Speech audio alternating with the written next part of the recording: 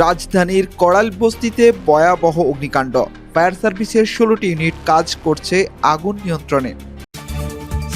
সংসদের ভেতরে এমপিদের কার্যক্রম সীমাবদ্ধ রাখার আহ্বান দুদক চেয়ারম্যানের।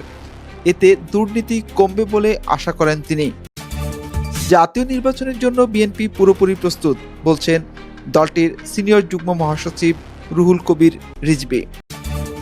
বিসিএসে লিখিত সময়সূচি পরিবর্তনের দাবিতে শাহবাগে ছাত্র শিক্ষার্থীদের আন্দোলন, দফায় দফায় পুলিশের সাথে শিক্ষার্থীদের সংঘর্ষ। ধর্ম নিয়ে কটূক্তিকারীদের বিরুদ্ধে বিশেষ অধ্যাদেশ চেয়ে লিগ্যাল নোটিশ, সর্বোচ্চ শাস্তি মৃত্যুদণ্ড দাবি আইনজীবীর।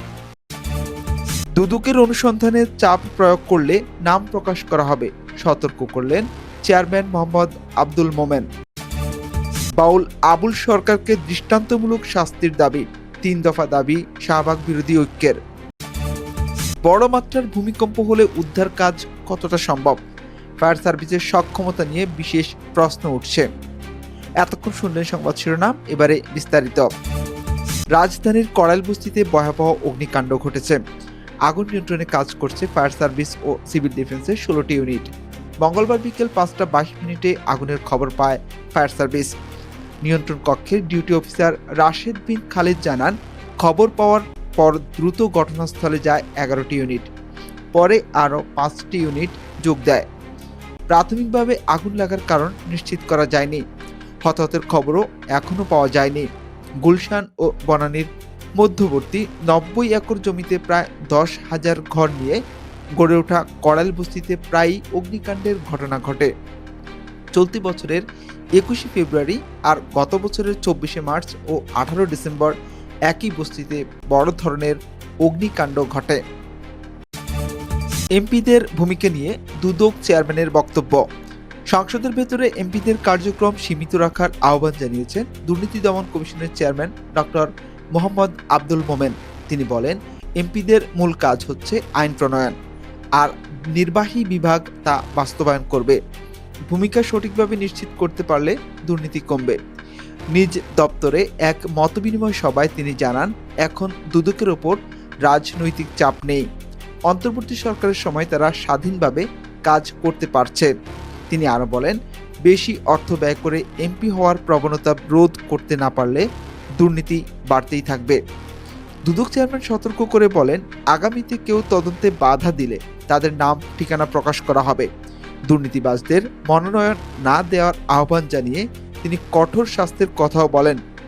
10 কোটি টাকা আত্মসাৎ করলে 100 কোটি টাকার জরিমানা হলে কেউ দুর্নীতি করতে সাহস পাবে না বলে মন্তব্য করেন তিনি। আসন্ন জাতীয় সংসদ নির্বাচনের জন্য বিএনপি পুরোপুরি প্রস্তুত মন্তব্য করেছেন দলের সিনিয়র যুগ্ম মহাসচিব রুহুল কবির রিজভী। নয়াপল্টনে সাংবাদিকদের তিনি জানান, নির্বাচনের প্রস্তুতি এখন চূড়ান্ত পর্যায়ে। তাফসিল ঘোষণার পর অতিরিক্ত প্রস্তুতিও নেওয়া হবে। তিনি বলেন, জাতীয় নির্বাচনের দিন গণভোটও একই দিনে হলে জনগণের প্রত্যাশা পূরণ হবে।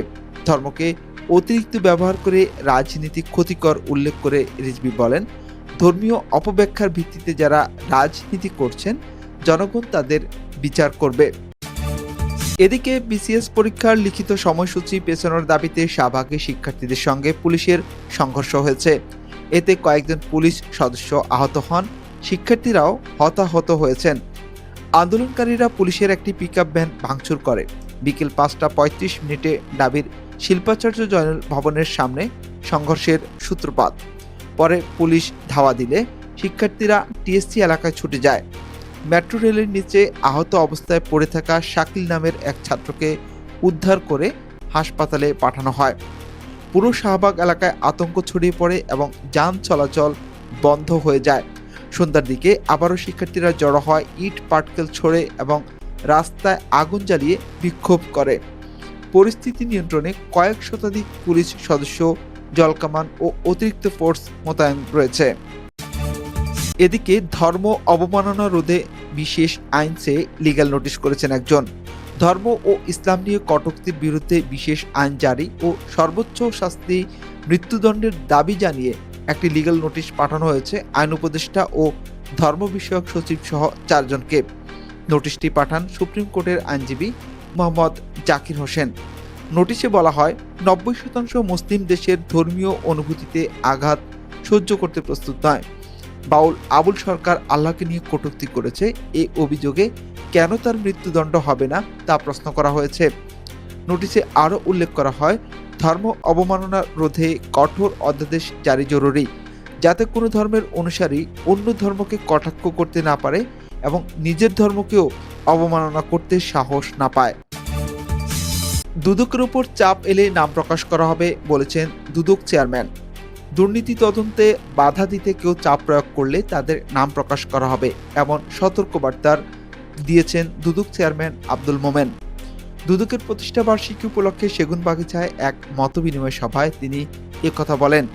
তিনি জানেন, দুদকের দাঁত নখ যতটা তীক্ষ্ণ হওয়া উচিত এখনো ততটা হয়নি। একই সঙ্গে তিনি বলেন, দেশের সব প্রতিষ্ঠান যদি সিঙ্গাপুরের মতো নিজেদের দুর্নীতি নিরোধক করতে পারে, তাহলে দুদকের ওপর অতিরিক্ত চাপ কমবে। তিনি নির্বাচনী হলফনামা আগে দুদকের কাছে জমা দেওয়ার প্রস্তাব করে বলেন, বড় বড় সন্দেহভাজনদের আগে যাচাই করা সম্ভব হতো। তিনি সাংবাদিকদের হুইসেল ব্লো করার আহ্বান জানান। এদিকে বাউল আবুল সরকারকে দৃষ্টান্তমূলক শাস্তি দাবি করা হয়েছে। মানিকগঞ্জে ইসলাম ও আল্লাহকে নিয়ে কটূক্তির অভিযোগে বাউল আবুল সরকারের দৃষ্টান্তমূলক বিচার দাবি করেছে শাহবাগ বিরোধী ঐক্য। সংগঠনের মুখপাত্র আক্তার ইবনে ওয়াহাব বলেন, এই কটূক্তি মুসলিম উম্মার ধর্মীয় অনুভূতিতে আঘাত করেছে। তারা 3 দফা দাবি জানায়, দ্রুত বিচার ট্রাইব্যুনালের মাধ্যমে শাস্তি নিশ্চিত করা, সর্বোচ্চ ধারায় অভিযোগ আনা এবং যারা পৃষ্ঠপোষকতা দিয়েছে তাদের আইনের আওতায় নিয়ে আসা। বিবৃতিতে বলা হয়, ধর্ম অবমাননা বরদাস্ত করা হবে না, প্রয়োজনে আন্দোলনের ডাক দেওয়া হবে। ভূমিকম্পে ফায়ার সার্ভিসের সক্ষমতা নিয়ে প্রশ্ন উঠেছে। ভৌগোলিক অবস্থানের কারণে বাংলাদেশ বড় মাত্রার ভূমিকম্প ঝুঁকিতে রয়েছে। বিশেষজ্ঞরা বারবার সতর্ক করে আসছেন, রিক্টার স্কেল 7 বা তার বেশি মাত্রার কম্পন হলে ঢাকা চট্টগ্রামের পরিস্থিতি ভয়াবহ হতে পারে। এমন পরিস্থিতিতে ফায়ার সার্ভিসের সক্ষমতা কতটা যথেষ্ট সে নিয়ে প্রশ্ন উঠেছে। আধুনিক সরঞ্জাম যুক্ত হলেও প্রয়োজনের তুলনায় তা অপ্রতুল। বড় ধরনের ভবন ধসের সময় সাধারণ পাম্প বা বড় গাড়ি কাজে আসে না, প্রয়োজন হয় ছোট বহনযোগ্য ও সূক্ষ্ম যন্ত্রপাতি। যদিও সাম্প্রতিক বছরগুলোতে সক্ষমতা বৃদ্ধিতে আগানো হয়েছে, তবে বিশেষজ্ঞরা বলেছেন, অপরিকল্পিত নগর কাঠামো ও আমলাতান্ত্রিক জটিলতার কারণে বড় দুর্যোগ মোকাবিলা এখনও চ্যালেঞ্জ। প্রিয় দর্শক, এই ছিল এখনকার মতো সর্বশেষ সংবাদ। আপডেট সব খবর পেতে আমাদের চ্যানেলটি সাবস্ক্রাইব করে বেল আইকনটি ক্লিক করে রাখুন। ধন্যবাদ।